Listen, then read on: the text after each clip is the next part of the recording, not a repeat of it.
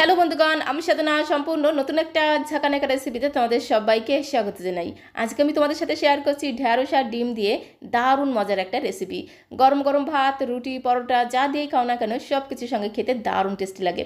রেসিপিটি বানানোর জন্য প্রথমে একটা মিক্সিং বোলের মধ্যে আমি একে একে 3টে ডিমকে খুব সুন্দর করে একদম ঝাঁকানাকা করে একটু ভেঙে নেব। আমি তো মাত্র 3টে ডিম দিয়ে রেসিপিটা বানাবো, তবে তোমরা চাইলে কিন্তু ডিমের পরিমাণটা আরও বাড়িয়ে অথবা কমিয়েও নিতে পারো, তাতে কোনো সমস্যা নেই। তো এখন এই ডিমের মধ্যে দিতে হবে সামান্য পরিমাণের লবণ, তার সাথে দিতে হবে সামান্য পরিমাণে একটু হলুদের গুঁড়ো, আর আমি এর মধ্যে দিয়ে দেবো সামান্য পরিমাণে একটু গোলমরিচের গুঁড়ো। একটু গোলমরিচের গুঁড়ো দিলে ডিমের যে একটা আষ্টে গন্ধ সেটা কিন্তু অনেকটাই চলে যায়। এখন এই নুন, হলুদ আর গোলমরিচের গুঁড়ো দিয়ে খুব সুন্দর করে একদম ঘোটানাটা করে 3টে ডিমকে খুব সুন্দর করে ফেটে নিতে হবে। আমি তো কাঁটা চামচের সাহায্যে খুব সুন্দর করে দেখো ডিমগুলোকে ফেটিয়ে নিলাম। তো এখন এই ডিমের মধ্যে দিতে হবে সামান্য পরিমাণে একটু পেঁয়াজ কুচি, জাস্ট 2 চামচের মতো একটু পেঁয়াজ কুচি দেবো। একটু পেঁয়াজ কুচি দিলে ডিমটা খেতে কিন্তু দারুণ লাগবে। তো পেঁয়াজটাকে অবশ্যই কিন্তু ঝিরিমিরি করে কুচি করে দিতে হবে। তার সাথে এর মধ্যে আমি দিয়ে দেবো 2টো কাঁচা লঙ্কা কুচি। কাঁচা লঙ্কা দুটোকে একদম ঝিরিমিরি করে কুচি করে দিলাম। তার সাথে প্রায় 2 চামচের মতো দিয়ে দিলাম ঝিরিমিরি করে কুচিয়ে রাখা ধনেপাতা কুচি। এইভাবে অবশ্যই কিন্তু একটু পেঁয়াজ কুচি, একটু কাঁচা লঙ্কা কুচি, একটু ধনেপাতা কুচি দেবে, তাহলে ডিমটা খেতে কিন্তু দারুণ লাগবে। তো দেখো আবারও খুব ভালো করে ডিমটাকে খুব সুন্দর করে মিশিয়ে নিলাম। তো এখন এই ডিমের ব্যাটারটাকে একটা সাইডে আমি রেখে দেবো। আর এখানে দেখো আমি নিয়েছি ঢ্যাঁড়স। এখানে আমি প্রায় ওই 2 থেকে 250 গ্রামের মতো ঢ্যাঁড়স নিয়েছি। ঢ্যাঁড়সের পরিমাণটাও তোমরা আরও বাড়িয়ে অথবা কমিয়ে নিতে পারো, তাতে কোনো সমস্যা নেই। ঢ্যাঁড়সগুলোকে খুব ভালো করে জল দিয়ে প্রথমে ধুয়ে নিতে হবে। ঢ্যাঁড়সগুলোকে খুব ভালো করে ধুয়ে তারপরে কিন্তু কাটতে হবে। কাটার পরে কিন্তু একটুও ধোয়া যাবে না, সেই কথা মাথায় রেখে কিন্তু ঢ্যাঁড়সগুলোকে খুব ভালো করে ধুয়ে তারপরে ঢ্যাঁড়সের 2 মাথাকে একটু ঝাঁকানাকা করে কেটে বাদ দিতে হবে। তারপরে মাঝখান থেকে এইভাবে এক ফালি করে কেটে নেব। যেহেতু ঢ্যাঁড়সগুলো বেশ অনেকটা বড় বড় লম্বা লম্বা, তাই মাঝখান থেকে আমি 2 ফালি করে কেটে নিলাম। আর মাঝখান থেকে একটু কেটে নিলে ঢ্যাঁড়সের মধ্যে যদি কোনো পোকামাকড় থাকে সেটাও কিন্তু বোঝা যাবে। সাথে নিয়েছি একটা মিডিয়াম সাইজের আলুর খোসাটাকে খুব সুন্দর করে ছাড়িয়ে জল দিয়ে ধুয়ে নিয়েছিলাম। তো তারপরে আলুর মাঝখান থেকে 2 ফালি করে কেটে নিতে হবে। তারপরে ঠিক এইভাবে একটু লম্বা লম্বা করে, খুব বেশি একদম সরু না, একটু মোটা মোটা করে কেটে নেব। ঠিক এইভাবে দেখো আলুটাকে কেটে নিতে হবে। আর আলুটাকে কাটার পরে অবশ্যই কিন্তু একবার একটু জল দিয়ে ধুয়ে নিতে হবে। আলু ঢ্যাঁড়স খুব সুন্দর করে কেটে একটা প্লেটের মধ্যে তুলে নিলাম। তো এখন আমি রান্নাটা করে নেব। তার জন্য দেখো সরাসরি চলে আসলাম কড়াইয়ের কাছে। গ্যাসের ফ্লেমটা অন করে দিয়ে একটা কড়াই বসিয়ে দিয়েছি। কড়াইটা একটু গরম হয়ে গেলে ওই 2 থেকে 2.5 চামচের মতো দিয়ে দিলাম সরষের তেল। রান্নাটা আমি সরষের তেলে করছি, তবে তোমরা চাইলে কিন্তু সাদা তেলেও করতে পারো, তাতে কোনো সমস্যা নেই। তেলটা যখন খুব ভালো মতো গরম হয়ে যাবে, খুব সুন্দর করে ঘোটানাটা করে একটু কড়াইয়ের গায়ে ছড়িয়ে দিতে হবে। কড়াই আর তেল দুজনকে খুব ভালো মতো গরম করে নিয়ে তারপরে তেলের মধ্যে আগে থেকে কেটে রাখা ঢ্যাঁড়স আর আলুর পিসগুলো দিয়ে দিলাম। ঢ্যাঁড়স আলু ভাজার সময় সামান্য পরিমাণে দিতে হবে লবণ, তার সাথে সামান্য পরিমাণে দিতে হবে একটু হলুদের গুঁড়ো। একটুখানি হলুদ গুঁড়ো দিয়ে ঢ্যাঁড়সটা ভাজলে ঢ্যাঁড়সের যে সবুজ কালার সেটা খুব সুন্দরভাবে বজায় থাকে, যার কারণে ঢ্যাঁড়সটা দেখতেও সুন্দর লাগে, খেতেও কিন্তু দারুণ লাগে। গ্যাসের ফ্লেমটা মিডিয়াম টু লো করে দিয়ে ঢ্যাঁড়স আলুটাকে একটু লাল লাল করে ভেজে নেব। ঢ্যাঁড়স আলু এদিকে ভাজা হতে থাক, ততক্ষণে আমি ঝটপট করে একটু মশলা বেটে নেব। মশলাটা বাটার জন্য একটা মিক্সিং জার নিয়েছি, তার মধ্যে একটা মিডিয়াম সাইজের পেঁয়াজকে একটু ছোটো ছোটো পিস করে কেটে দিয়ে দিলাম। তার সাথে একটা মিডিয়াম সাইজের লাল টুকটুকে পাকা টমেটোকে ছোটো ছোটো পিস করে কেটে দিয়ে দিলাম। তার সাথে প্রায় 1 চামচের 3 ভাগের 1 ভাগ দিয়ে দিলাম জিরের গুঁড়ো, সাথে 1 চামচের 3 ভাগের 1 ভাগ দিয়ে দিলাম ধনিয়া গুঁড়ো, সাথে পরিমাণ মতো হলুদ গুঁড়ো তো অবশ্যই দিতে হবে। তার সাথে এর মধ্যে যেটা দিতে হবে সেটা হচ্ছে একটু কাশ্মীরি লাল লঙ্কার গুঁড়ো। একদমই সামান্য পরিমাণে একটু কাশ্মীরি লাল লঙ্কার গুঁড়ো দিলাম। এতে ঝোলের কালারটা কিন্তু দুর্দান্ত হবে। একদমই অল্প মশলায় রান্নাটা করতে হবে, তবেই কিন্তু খেতে দারুণ লাগবে। তো তারপরে সামান্য পরিমাণে জল দিয়ে মিক্সিং জারে ঢাকনাটা বন্ধ করে মশলার একটা মিহি পেস্ট তৈরি করতে হবে। আর এইভাবে মশলা পেস্ট করে রান্না করলে রান্নাটা খেতে কিন্তু দারুণ টেস্টি হবে। মশলার পেস্টটাকে মিক্সিং জারের মধ্যেই ঢাকা দিয়ে একটা সাইডে আমি রেখে দিলাম। আর এদিকে দেখো ঢ্যাঁড়স আলুটাকে একটু হালকা করে ভেজে নিয়েছি। খুব বেশি যে একদম লাল লাল করে ভাজতে হবে সেরকম কোনো ব্যাপার না, এরকম করে একটু হালকা লালচে করে ভেজে নিলে ঢ্যাঁড়সের কাঁচা গন্ধটা চলে যাবে, রান্নাটা খেতেও কিন্তু দারুণ লাগবে। আর একটু হলুদ দেওয়ার কারণে দেখো ঢ্যাঁড়সের কালারটা কত সুন্দর হয়েছে, একদমই কিন্তু সবুজ রয়েছে, দেখতে দেখো কত সুন্দর লাগছে। তো এখন এই ঢ্যাঁড়স আর আলুটাকে খুব সুন্দর করে তেল ছেঁকে ছেঁকে একটা পাত্রের মধ্যে আমি তুলে নেব।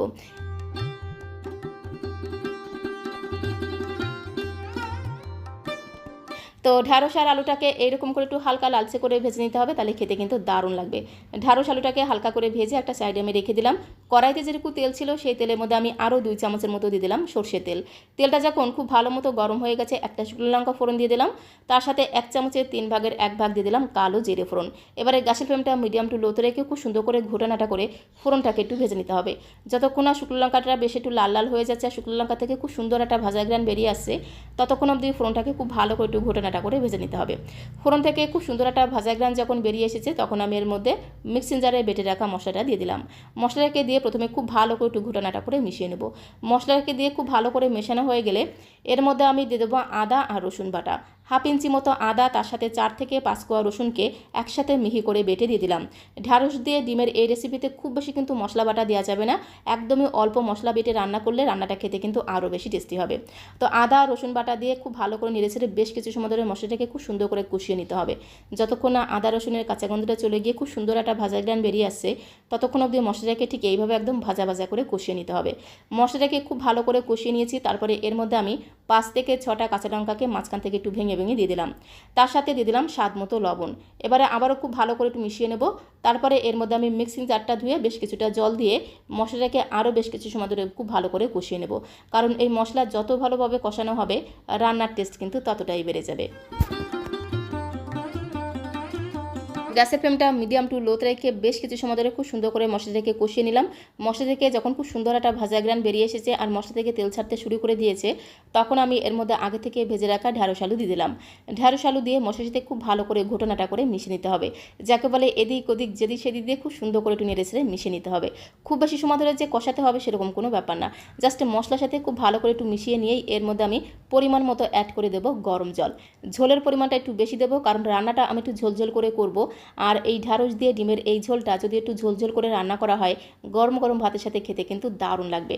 তো তার জন্য ঝোলের পরিমাণটা একটু বেশি দিয়ে খুব ভালো করে মিশিয়ে নিলাম। তো তারপরে একটু ধামাচাপা দিতে হবে, মানে ঢাকনাটা বন্ধ করে গ্যাসের ফ্লেমটা মিডিয়াম টু লোতে রেখে 5 থেকে 6 মিনিট সময় ধরে ঝোলটাকে একটু রান্না করে নেব। ঢ্যাঁড়সের ঝোলটা এদিকে রান্না হতে থাক, ততক্ষণে আমি ডিমটাকে খুব সুন্দর করে একটু ভেজে নেব। তার জন্য গ্যাসের অন্য একটা ওভেনে একটা প্যান বসিয়ে দিয়েছি। প্যানের মধ্যে জাস্ট 2 চামচের মতো দিয়ে দিলাম একটু সরষের তেল। তেলটাকে দিয়ে খুব সুন্দর করে ঘোটানাটা করে প্যানের গায়ে একটু ছড়িয়ে দিতে হবে। তেলটা যখন খুব ভালো মতো গরম হয়ে যাবে তখন খুব সুন্দর করে ডিমের ব্যাটারটাকে প্যানের মধ্যে ঢেলে দিতে হবে। এই সময় গ্যাসের ফ্লেমটা কিন্তু মিডিয়াম টু লোতে রাখতে হবে, গ্যাসের ফ্লেমটা কিন্তু বাড়ানো যাবে না। তো ডিমের ব্যাটারটাকে একদম ঝাঁকানাকা করে, মানে ঝটপট করে প্যানের মধ্যে দিয়ে ব্যাটারটাকে এইভাবে একটু ছড়িয়ে দিতে হবে। তো তারপরে গ্যাসের ফ্লেমটা মিডিয়াম টু লোতে রেখে একটা ডিমের অমলেট আমাদের তৈরি করতে হবে। 2-3 মিনিট এইভাবে রেখে দিলে দেখবে ডিমের অমলেটের উপরটা বেশ একটু শুকিয়ে যাবে, তবে পুরোপুরি কিন্তু শুকিয়ে ফেলা যাবে না। এরকম নরম থাকতে থাকতেই কিন্তু ডিমের অমলেটটাকে ভাজ করে নিতে হবে। তাহলে দেখবে ভাজটা খুব সুন্দরভাবে কিন্তু লেগে থাকবে, একটু কিন্তু খুলে যাবে না। আর উপরটা যদি পুরোপুরি শুকিয়ে যায় তাহলে ভাজগুলো কিন্তু খুলে যাবে। তো এরকম নরম থাকতে থাকতেই কিন্তু ডিমের অমলেটটাকে খুব সুন্দর করে চেপে চেপে এইভাবে ভাজ করে নেব। তাহলে ভাজগুলো খুব সুন্দরভাবে লেগে থাকবে আর ডিমের অমলেটের মধ্যে অনেকগুলো লেয়ার তৈরি হবে। খুব সুন্দর করে দেখো ডিমের অমলেটটাকে ভাজ করে নিলাম। তো তারপরে গ্যাসের ফ্লেমটা একটু বাড়িয়ে দেবো। গ্যাসের ফ্লেমটা মিডিয়াম করে দিয়ে এপিট ওপিট উল্টে পাল্টে ডিমের অমলেটটাকে একটু লাল লাল করে ভেজে নেব। তাহলে ডিম থেকে খুব সুন্দর একটা ভাজা গ্রান পাওয়া যাবে। ডিমটাকে এপিট ওপিট উল্টে পাল্টে, মানে অমলেটটাকে এপিট ওপিট উল্টে পাল্টে একটু লাল লাল করে ভেজে নেওয়ার পরে অমলেটটাকে এইভাবে একটু ছোটো ছোটো করে লম্বা লম্বা করে কেটে নেব। দেখতেও সুন্দর লাগবে, খেতেও কিন্তু দারুণ লাগবে। তো দেখো এরকম করে একদম ছোটো ছোটো পিস করে ডিমের অমলেটটাকে কেটে নেব। তো বন্ধুগণ, এইভাবে আগে কখনো তোমরা ঢ্যাঁড়স দিয়ে ডিমের ঝোল রান্না করে খেয়েছো? যদি না খেয়ে থাকো এইভাবে অবশ্যই একবার ট্রাই করার অনুরোধ রইল। গরম গরম ভাতের সাথে খেতে কিন্তু দারুণ লাগে। একদমই হালকা পাতলা একটা রেসিপি, অথচ খেতে এতটাই টেস্টি হয়, একবার বানিয়ে খেলে না বারবার বানিয়ে খেতে ইচ্ছে করবে। তো ডিমের অমলেটটাকে আরও একবার এপিট ওপিট উল্টে পাল্টে একটু হালকা করে ভেজে নেওয়ার পরে তারপরে ডিমের অমলেটগুলোকে ঝোলের মধ্যে দিয়ে দেবো। তার আগে দেখে নেব ঝোলটা কতদূর রান্না করা হলো। এদিকে দেখো গ্যাসের ফ্লেমটা মিডিয়াম টু লোতে রেখে 5 থেকে 6 মিনিট সময় ধরে ঝোলটাকে খুব ভালো করে রান্না করে নিয়েছি। আলুটা দেখো কত সুন্দর নরম হয়ে গেছে, সাথে সাথে ঢ্যাঁড়সটাও খুব সুন্দরভাবে নরম হয়ে গেছে। ঝোলটাকে খুব ভালো করে একটু ঘোটানাটা করে মেশানো হয়ে গেলে এর মধ্যে আমি ডিমের অমলেটগুলো দিয়ে দেবো। তো বন্ধুগণ, এইরকম সব ঘরোয়া আর সহজ সুন্দর রেসিপি পেতে সাধনা বিশ্বাস চ্যানেলটিকে অবশ্যই সাবস্ক্রাইব করে দেওয়ার অনুরোধ রইল। তাহলে যখন এরকম সুন্দর সুন্দর নতুন নতুন রেসিপি আপলোড করব সঙ্গে সঙ্গে নোটিফিকেশান আগে তোমার কাছে পৌঁছে যাবে। সমস্ত ডিমের অমলেটগুলোকে ঝোলের মধ্যে দিয়ে খুব ভালো করে মিশিয়ে নিতে হবে, যাকে বলে এদিক ওদিক যেদিক সেদিক দিয়ে খুব সুন্দর করে ঘোটানাটা করে মেশানো হয়ে গেলে আরও একবার একটু ধামাচাপা দিয়ে রাখতে হবে।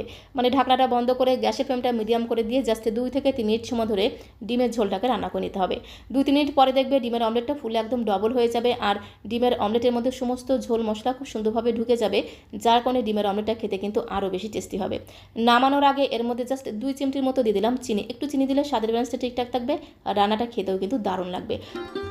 দিয়ে দেবো 1 চামচের 3 ভাগের 1 ভাগ ভাজা মশলা। আর কোনো মশলার মধ্যে দিতে লাগবে না, শুধুমাত্র একটু ভাজা মশলা দিলেই কিন্তু রান্নার স্বাদ আর গন্ধ আরও দ্বিগুণ বেড়ে যাবে। ভাজা মশলার মধ্যে আছে গোটা জিরে, ধনে, তেজপাতা, শুকনো লঙ্কা একসাথে শুকনো কড়াইতে ভেজে গুঁড়ো করে রেখেছিলাম। তো 1 চামচের 3 ভাগের 1 ভাগ ভাজা মশলা দিয়ে খুব ভালো করে একটু ঝোলের সাথে মিশিয়ে নিতে হবে। অমলেটের ঝোলের মধ্যে একটু ভাজা মশলা দিলে কিন্তু ঝোলটা খেতে আরও বেশি টেস্টি হয়। তো ভাজা মশলা আর সামান্য পরিমাণে চিনি দিয়ে খুব ভালো করে মেশানো হয়ে গেলে গ্যাসের ফ্লেমটা বন্ধ করে দিলাম। গ্যাসের ফ্লেমটা বন্ধ করে দিয়ে ঢাকা দিয়ে জাস্ট 2 মিনিটের জন্য একটু রেস্টে রেখে দেবো। এতে ভাজা মশলার গন্ধটা খুব সুন্দরভাবে ঝোলের সাথে মিশে যাবে, যার কারণে ডিমের অমলেটের ঝোলটা খেতে আরও বেশি টেস্টি হবে। এরকম করে একটু ঝোল ঝোল করে রান্না করলাম, তাহলে গরম গরম ভাতের সাথে খেতেও দারুণ লাগবে। সাথে সাথে রুটি, পরোটা যা দিয়ে খাও না কেন সব কিছুর সঙ্গে খেতে কিন্তু দারুণ লাগবে। তো এখন এই ঝোলটাকে একটা বোলের মধ্যে আমি সার্ভ করে দেবো। সার্ভ করে দেওয়ার পরে ঝোলের উপর দিয়ে আরেকটুখানি মশলা ছড়িয়ে দিতে হবে, যার কারণে এই রান্নার স্বাদ আর গন্ধ আরও 10 গুণ বেড়ে যাবে। সমস্ত ঝোলটাকে বোলের মধ্যে ঢেলে নেওয়ার পরে ঝোলের উপর দিয়ে সামান্য পরিমাণে একটু ভাজা মশলা হাতের মধ্যে নিয়ে একটুখানি ছড়িয়ে দিতে হবে। খুব সুন্দর করে এইভাবে সামান্য পরিমাণে ভাজা মশলা একটু ছড়িয়ে দিলে ঝোলটা দেখতেও সুন্দর লাগবে, সাথে সাথে ঝোলের স্বাদ আর গন্ধ আরও 10 গুণ বেড়ে যাবে। তো আজকের এই ঢ্যাঁড়স দিয়ে ডিমের ঝোলের রেসিপিটা তোমাদের কাছে কেমন লেগেছে অবশ্যই কমেন্ট বক্সে লিখে জানিও। ভালো লাগলে একটা লাইক আর শেয়ার করে দেওয়ার অনুরোধ রইল। আর নতুন বন্ধু হয়ে থাকলে চ্যানেলটিকে সাবস্ক্রাইব করে দিয়ে পাশে থাকার অনুরোধ রইল। তো আজকের মতো এই পর্যন্ত, সবাইকে অসংখ্য ধন্যবাদ।